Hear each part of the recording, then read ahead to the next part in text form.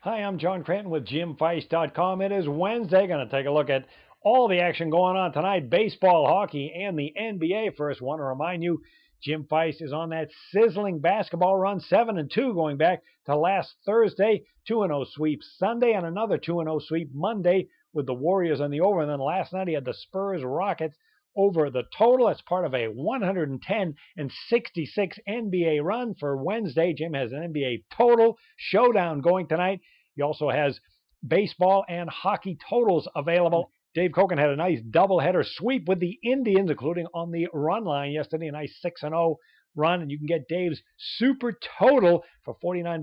All right, let's start off with the NBA. You got the Celtics and the Washington Wizards in that pivotal Game 5 going tonight. The series tied 2-2, and all the talk seems to be about momentum. Washington winning the last two games, bringing the momentum into this game. But how about the momentum really is about a home court, and we see that all the time in NBA history where a home court can be a huge difference maker, even in college basketball as well. And we're seeing it in this series. The Celtics, in those first two games at home, they shot 51% from the field in both games. Washington had no defense at all. And then Boston went to Washington for games 3 and 4 to take command of the series, and they didn't play any defense. They got physically pushed around, and they got routed, giving up a whopping 116 points and 121 points in the two games. However, now they're heading back home. And keep in mind, Washington, yeah, they've won 2 in a row, but this has been a bad road team all season long, despite plenty of talent, 20 and 26, count the playoffs on the road. They're a soft defensive team, too, going back to the regular season, number 21 in the NBA in points allowed. And they played no defense at all in the first two games here. They're also on a 1-4 spread run on the road. Both teams are playing on 2 days rest coming into this game, and that seems to help Washington. 8-1 against the spread. And this Boston team, you know, they've been great in back-to-back games because of their depth, but oddly enough, when they're playing on 2 days rest, just 7-19 against the spread. However, coming home is certainly going to help a Boston team that has much better balance across the board than Washington has, number 7th in the NBA in scoring, number 15th in points allowed, and also very good in field goal shooting defense, top 10 in the NBA in field goal shooting defense, as well as three-point defense, where they finished second in the NBA, right behind the mighty Golden State Warriors. Really, the way to look at tonight's game is, you think there's going to be any defense at all? Boston, when they're playing at home, 8-3 over the total when they're facing Washington at home, and the Wizards, when they're working on 2 days of rest, 38-18 over the total. They're also 34-16-1 over the total on the road. Probably look for both teams to get 115 points at least in another offensive show tonight. All right, let's look at one of the late baseball games going on Wednesday. You got the Detroit Tigers out on a road trip to the Arizona Diamondbacks, an interleague game. We have Arizona opened a small favorite here at home, 113, but in Vegas they've shot up to a 134 favorite, and the money's come in on the total too, which went from 10 to 10.5. The Tigers one game over 500 after winning last night, coming from behind. They were behind 3-2 at Arizona halfway through the game, and then rolled away from a 7-3 to victory after that. However, they're 7-8 on the road, and a part of a 5-7 run. The Tigers are the last 12 games. The offense has been pretty good, number 12 in baseball in runs scored. The pitching has been dreadful, dead last in Major League Baseball with a 4.83 ERA. They did get a good pitching performance last night. Tonight they're going to turn to the left-hander Matt Boyd. He's 26-year-old lefty. Pretty good ERA of 3.78. However, take a look at his walk ratio. It is really bad. 16 walks in 33 innings. You throw in 30 hits allowed. There's a lot of guys he's putting on base, and that explains a 5.68 ERA on the road. So it's difficult to make a case to back the struggling Tigers the last 2 weeks.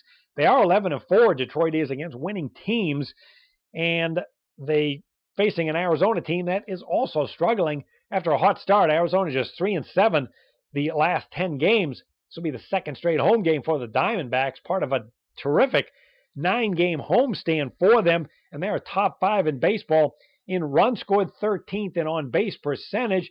The pitching has improved dramatically now to number 11th in baseball in team ERA, where they were so poor a year ago. However, they are struggling, and they're going to have some struggles tonight, too, because they have to bring up Zach Godley from AAA Reno. He's 27 years old, and last year with the team, 86 hits allowed in 74 innings pitched, 25 walks, and 60 strikeouts. Not a bad ratio, but not great either. And that really showed in the ERA, 6.39 ERA. Arizona has been great in these interleague games of 20-7. That partly explains the money going on them. But Godley does not like Chase Field. It's not an easy park to pitch in. Good hitters park, good home run park. And for his career, he has a winning record of 5-3. However, some really ugly numbers. 6.44 ERA in this park. That's 18 overall appearances and 10 starts. So really, the way to look at tonight's game is follow the money with respect to the total. You got two suspect pitchers, two terrific offenses. When Arizona is at home against a team with a losing road record, they're 36-15-2 over the total. Before you back the home team here, which is where the money's going, Detroit has now won 5 of the last 6 games against Arizona. All in all, I have to look at an offensive show tonight. Probably an 8-5 final. Either way, we're probably going over the total. All right, let's take a look at the NHL. We got 2 Game 7s going on Wednesday. Let's take a look at the first game in the Eastern Conference. You got Pittsburgh facing Washington. Washington open -167 favorite. And all the money's come in on the home team here. The Capitals 185 favorite with a high NHL total of 5.5. You got 2 of the top 3 offensive teams in the NHL going here. Pittsburgh, they were flying high up 3-1 in command of the series, the defending champs. However, they lost the last 2, and the defense has really struggled. Have to look at the loss of defenseman Chris Letang, and of course their starting goaltender Matt Murray, who was so great in the playoffs last year. He hasn't been available, and the defense has struggled these last 2 games, but they've also struggled all season. For the year, this team ranked number 20th in penalty killing and number 17th in goals allowed, where Penguins were not a dominant road team. And that defensive weaknesses have certainly come up these last 2 games. If you're looking at a situational move as far as coaching that has turned the series in Washington's favor, it's what Barry Trotz did before Game 5. He took Alex Ovechkin, put him from the number 1 line down to number 3, which raised some eyebrows. But what he was saying is the first line has been great, but we prefer to have balance and attack opponents with rolling 4 lines.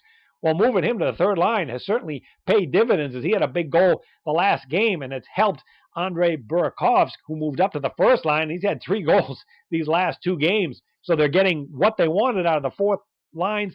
They've won these last 2 games. Now they're at home for Game 7. Probably the way to look at tonight's game would be it's Game 7. Everything's on the line. Historically, in all sports, NBA and NHL, you see teams focusing on defense in these Game 7s. Wouldn't be surprised to see more of a defensive game, and you got a high NHL total here of 5.5. And keep in mind, when Washington Capitals, when they're facing an Eastern Conference team, they're 16-7-2 under the total. And in these conference semifinal games, they're 14-6-6 under the total. Go with a 3-2 final score either way. The defending champs are certainly capable of winning on the road. However, probably a defensive game here. All right, that'll do it for Wednesday's Proline Daily Edition. Make sure you check out JimFeist.com. Jim Feist has that NBA TV total showdown going tonight, as well as baseball plays all day long, a big inner circle play, and a mound mismatch battle. Plus, Dave Koken has that super total available. All this and more at JimFeist.com. Good luck with the games, everyone, and we'll see you on Thursday with another Proline Daily direct from Las Vegas.